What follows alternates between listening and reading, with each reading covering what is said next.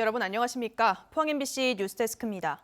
1년 전 2,200억 원의 막대한 피해를 남긴 울진 삼척 산불. 산불의 원인은 물론 누가 불을 냈는지조차 밝혀내지 못하고 있습니다. 울진 산불 이후에도 경북에서만 147건의 산불이 잇따르고 있지만 60%는 미제 사건으로 남아있는데요. 지자체 산림공무원이 산불 진화에서부터 수사까지 도맡아야 하는 특별사법경찰관 제도에 한계가 있다는 지적입니다.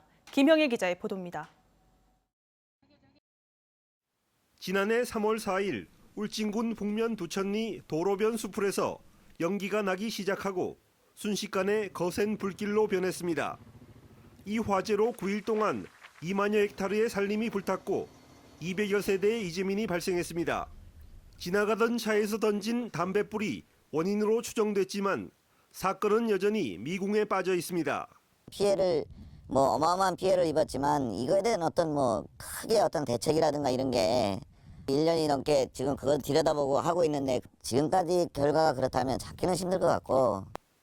울진군은 지난 1년간의 수사가 성과 없이 끝나면서 조만간 기소 중지를 신청하고 추후 사건의 단서가 새롭게 나올 경우 수사를 재개하겠다고 밝혔습니다.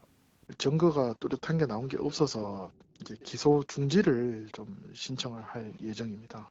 수사를 해야 될 상황이 발생하면 공소시효가 도과돼가지고 처벌을 못 한다 이러면 그 참 곤란하잖아요. 네. 그걸 막기 위해서 이제 공소시효를 중지를 시키는 거죠. 이런 가운데 지난 1년간 경북에서만 147건의 산불이 났는데 실화자나 방화범이 밝혀지지 않은 미제 사건이 60%에 이릅니다. 지난달 울진군 기성면 한 야산에서 발생한 산불도 현장에서 방화 증거물까지 확인했지만 한 달 넘게 범인을 잡지 못하고 있습니다.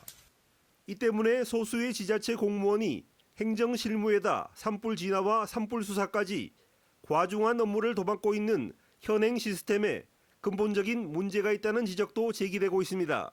산림 공무원은 이렇게 일반적인 공무원 업무부터 산불이 나면 소방처럼 나가서 산불을 직접 또 진화를 해야 되고 또 그런 부분에 대한 사건 처리까지 같이 진행을 해야 되니까 한 일에 대해서 이제 3가지 역할을 해야 되거든요. 또 산불 방화 사건에 대한 사법당국의 솜방망이 처벌도 문제로 지적되고 있습니다. 2017년 이후 검거된 전국의 산불 방화범 1,100여 건 가운데 징역형 처벌은 2%에 불과하고 대부분 기소유예나 벌금형을 받는 데 그쳤습니다. MBC 뉴스 김형일입니다.